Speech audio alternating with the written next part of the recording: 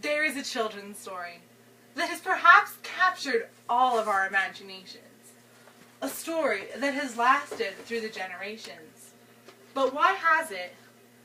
What is it about Alice in Wonderland that so intrigues our imagination? Maybe it's because we don't understand it. Or maybe because we also hope to challenge our realities. What is it about that white rabbit that truly intrigues us? What is it about an innocent child falling down a rabbit hole that inspires us? Is it perhaps when we ate that mysterious cake? Or was it shrinking into another world when we went through the keyhole? Was it talking to the Cheshire Cat? Or was it the blue caterpillar? Was it us having tea with the Mad Hatters and March Hares? Was it painting the roses red? Or was it running from a raging queen? I don't know. But today I plan to expose the truth behind the children's story, Alice's Adventures in Wonderland. Alice in Wonderland was a political satire. Now, a satire is basically the hiding of truths in either a riddle or a story. Alice in Wonderland, chaotic to us, had a purpose. Now, this story was written in the late 1860s in London, England. It was written by Lewis Carroll, or at least that is how he is known to us. However, his name was Charles Dobson. Charles Dobson was a mathematician at Cambridge University. And at a time when it was not safe for one to speak out politically, Charles Dobson chose to send a message to the fellow patriarchs of London. Now, all of his illustrations were done by a Mr. John Tenniel. John Tenniel was a relatively famous artist in London at the time. The original drawings were not published until 1895.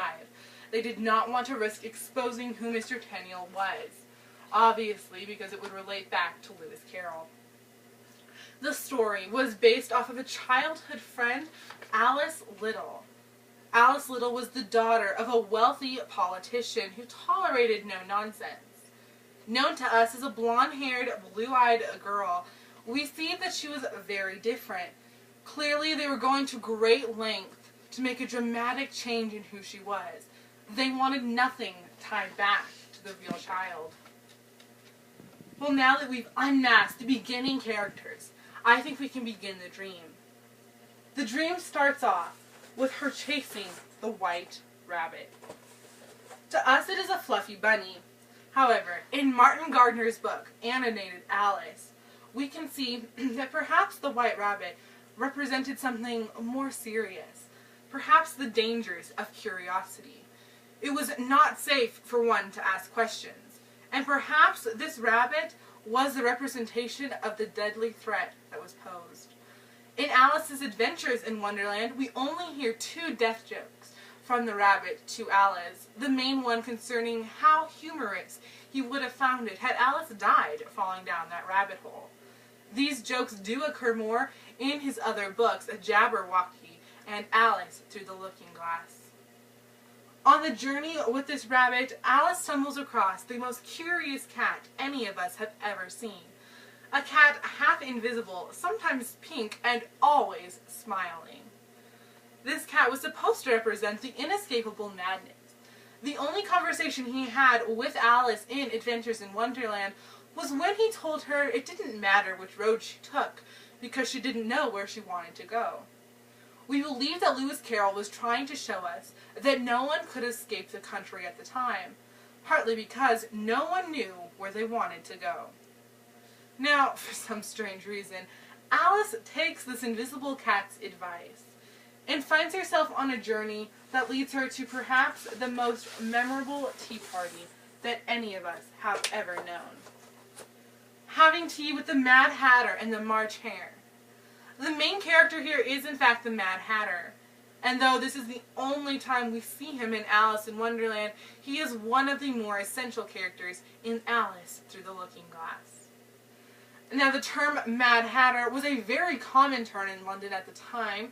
The men typically wore top hats This is now illegal, however at the time they were being bound together by arsenic paste. This poison was absorbed into their scalp and was known to drive men to madness. But perhaps they chose this example because in order to survive this world of mystery and danger, they had to be mad as hatters. We do believe Lewis Carroll was basing this particular hatter off of a very famous inventor in London at the time, Mr. John Cassonall. Now, Mr. Cassonall invented a very strange bed, and this is probably where he gets the majority of his famous side. The bed was an alarm clock bed. The bed was designed to chuck people out at 8 a.m., but it never did. It just chucked people out whenever it felt like it, which is partly why we believe that the Mad Hatter never sat still. He was always moving. But there was also a sense of urgency in the political world. There was always movement. They couldn't even sit down for a cup of tea. The other thing we believe that he was trying to bring out with the Mad Hatter was the flying bats. We hear him mentioned several times in this tea party, "Twinkle, twinkle, little bat." Now, this was a very derogatory comment toward politicians as well as many professors. It was said that these professors and politicians spoke on issues that seemed to soar high above the heads of anyone that listened. And like the demon creatures of the night, they were always unreachable. It was very risky for Carroll to put this in the book. However, because it was not tied back to him and was a fairly common analogy, we believe it was slightly safer. Well, after a few cups of tea with the strangest of characters, Alice finds herself towards the end of the story, and most certainly at the turning point, where she finds herself painting the roses red. Now, this was written for this particular chapter. The Queen of England at the time was in fact Queen Victoria, but there was a battle for the throne between she and her younger sister, Princess Margaret. Princess Margaret was thought of as the purest possible heir to the throne, therefore her color was white. Having white roses would have been a sign of allegiance to the White Queen. We believe that although she was portrayed as the Queen of Hearts due to the loving aspect that history shows us, that her temper is a more accurate picture of her. The character's favorite line, one coined often, is "off with their heads." We believe that this is due to the monarchy race. Many sources believe that Queen Victoria's husband often remarked that other monarchs should always lose their crowns, and with the crowns their heads. Now, although the king is pictured very weak in Alice in Wonderland, we believe that it is possible King Albert was influencing her decisions.